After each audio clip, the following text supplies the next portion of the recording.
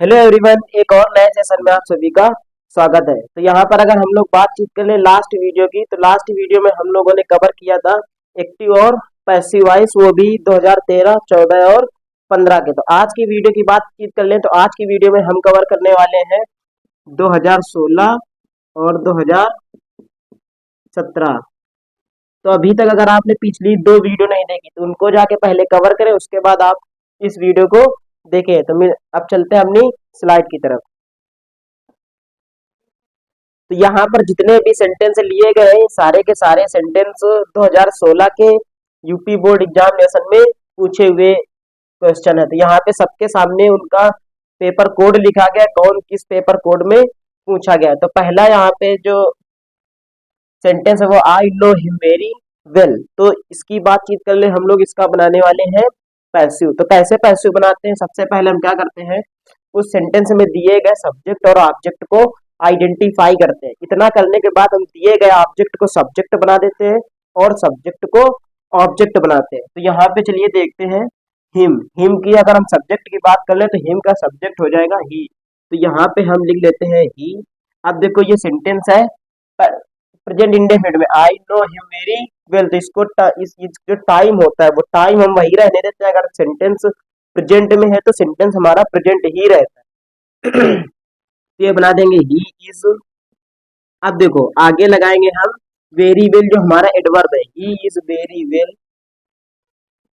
He is very well. फिर लगाते हैं वर्ब की थर्ड फॉर्म, तो नोन लगा देंगे।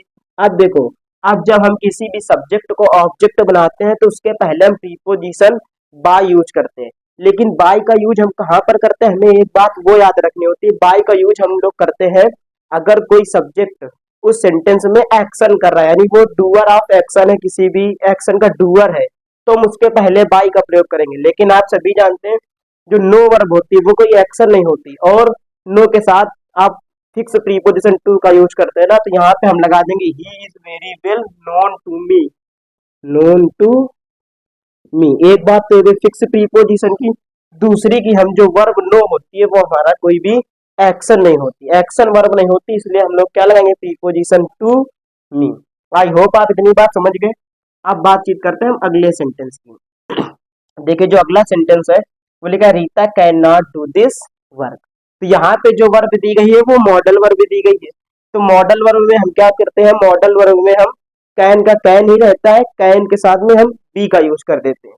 तो इसमें देखो ऑब्जेक्ट आइडेंटिफाई करते हैं, ऑब्जेक्ट इसमें दिस वर्क।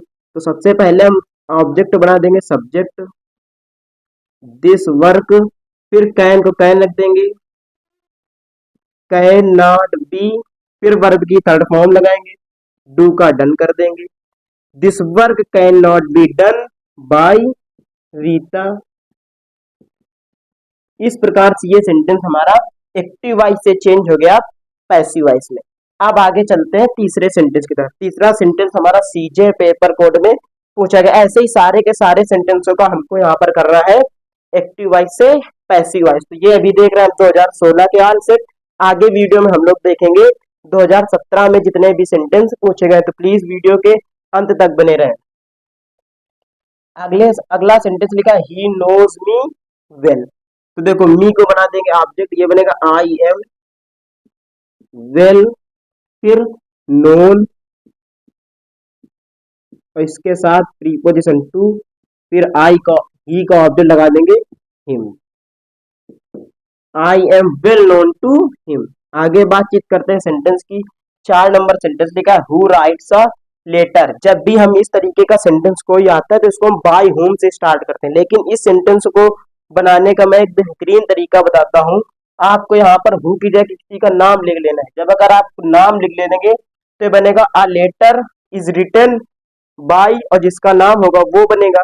तो यहाँ पे हम क्या करते हैं, उसको उठा के आगे कर देते हैं। हम सेंटेंस ऐसे बनाते हैं बाय होम, ये हमारा पूरा बन गया ऑब्जेक्ट। इसको उठा के हम रखते हैं आगे। तो by whom is written a letter, a letter. इस प्रकार से हम इस वाले सेंटेंस को बनाते हैं। फिर आगे चलते हैं आगे सेंटेंस लिखा है हिज रिप्लाई सरप्राइज्ड मी, तो इसको बना देंगे I was surprised, I was surprised.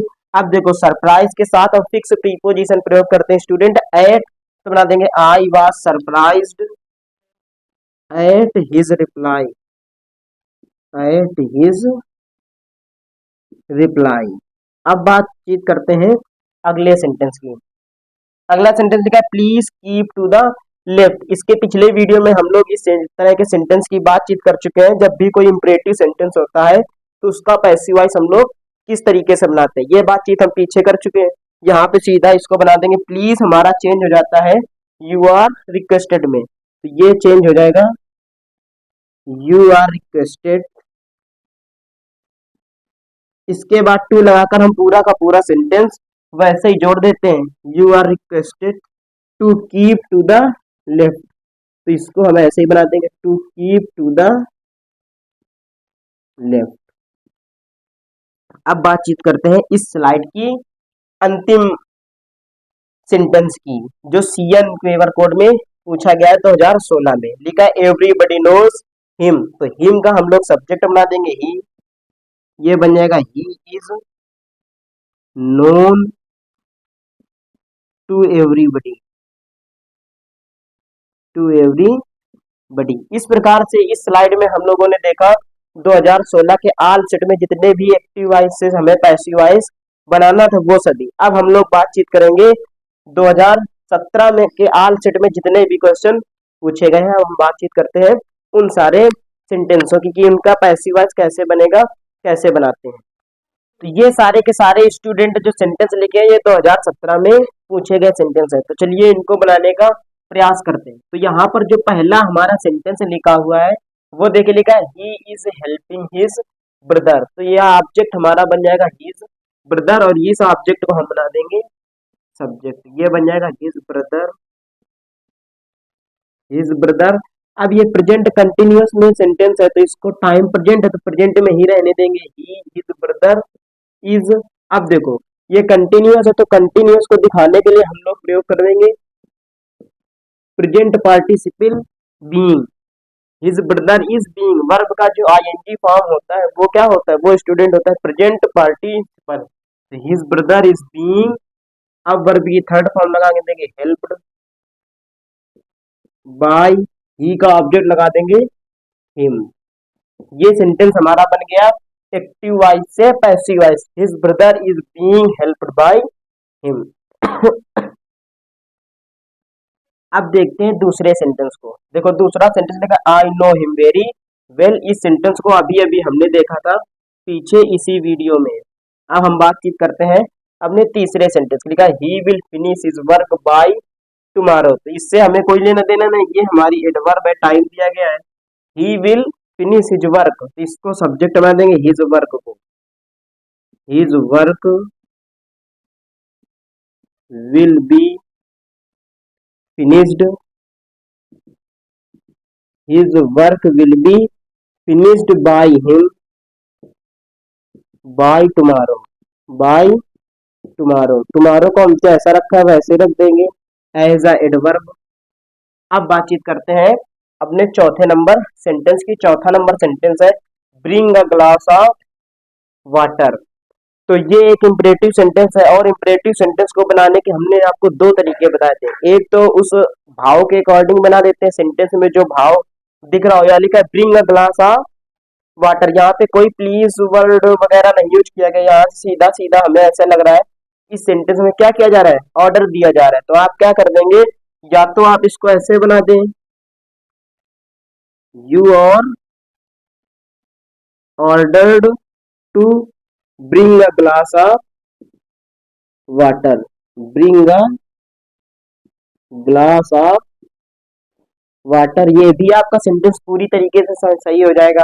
या फिर एक तरीका और बताते हैं हम, एक तरीका आप ऐसे चले जाइए let plus object plus b plus verb की थर्ड फॉर्म, इसके साथ भी आप जा सकते हैं। देखो इससे बनाने का प्रयास करते हैं, देखो let, let a glass of water, a glass of water be brought, be brought। तो ये दो तरीके हो गए इस प्रकार के सेंटेंस को बनाने के लिए। Bring a glass of water, you are ordered to bring a glass of water, otherwise you can go with this formula, let a glass of water be brought. अब हम बातचीत करते हैं अपने नेक्स्ट सेंटेंस की, एवरीवन लव्स हिम। तो ये जो हमारा सेंटेंस है देखो, हिम का हम लोग बनाएंगे सब्जेक्ट बन जाएगा he is loved to everyone, loved to everyone. इसकी बातचीत कर ले यहाँ पर लव्ड की, तो यहाँ पर कोई जरूरी नहीं कि आप फिक्स प्रीपोजिशन लगाते हैं या फिर नहीं लगाते हैं। तो यहाँ पे हम टू न लगा के बाय लगा देंगे, तब भी सेंटेंस हमारा सही होगा। ही is loved by every one. अगर यहाँ पे कोई नॉन एक्शन वर्ब होती तो वहां पे हम लोग क्या करते, टू का प्रयोग करते, या फिर अकॉर्डिंग टू सेंस हम किसी भी प्रीपोजिशन का प्रयोग कर सकते थे। लेकिन ये कोई नॉन एक्शन वर्ब नहीं है, इसलिए हम क्या करेंगे, बाय का प्रयोग करेंगे। बाय का प्रयोग करना यहाँ पर ज्यादा बेटर रहेगा। अब चलते हैं अपने लास्ट क्वेश्चन की तरफ। लास्ट क्वेश्चन हमारा, he teach us English every day. तो यहाँ पर स्टूडेंट जो हमारा ये वर्ब लिखिए टीच, ये डाई ट्रांजिटिव वर्ब है। अगर आप नहीं जानते कि डाई ट्रांजिटिव वर्ब क्या होती है, तो अगली वीडियो हम इसी टॉपिक पर बना देंगे। ट्रांजिटिव वर्ब में कैसे हम पहचानते हैं मोनो ट्रांजिटिव और डाई ट्रांजिटिव। तो डाई ट्रांजिटिव ये वर्ब दी गई, इसके दो ऑब्जेक्ट है, तो इसी वीडियो में बता दे रहा हूं। अगर किसी भी वर्ब में एक ऑब्जेक्ट हो तो उसको हम बोलते हैं मोनो ट्रांजिटिव वर्ब। अगर उसी सेंटेंस में किसी भी वर्ब के दो ऑब्जेक्ट हो तो उसको हम बोलते हैं डाई ट्रांजिटिव वर्ब। तो यहाँ पर इसके दो ऑब्जेक्ट है, एक तो अस है, दूसरा इंग्लिश है। तो हम किसी भी ऑब्जेक्ट को उठाकर इस सेंटेंस का पैसिव वॉइस बड़ी ही आसानी से बना सकते हैं। तो यहाँ पर हम बनाएंगे अस से, इसका सब्जेक्ट बनेगा वी, आगे देखो टीच लिखा है तो ये आर हो जाएगा, क्योंकि हमारा जो टेंस है जो प्रेजेंट होता है तो प्रेजेंट में ही रहता है। तो वी आर, अब वर्ब की थर्ड फॉर्म लगा देंगे taught, we are taught English, we are taught English every day by him, by him. इस प्रकार से हम इस सेंटेंस को बना सकते हैं। इस सेंटेंस को बनाने का एक तरीका और है, देखो वो भी तरीका देख लेते हैं।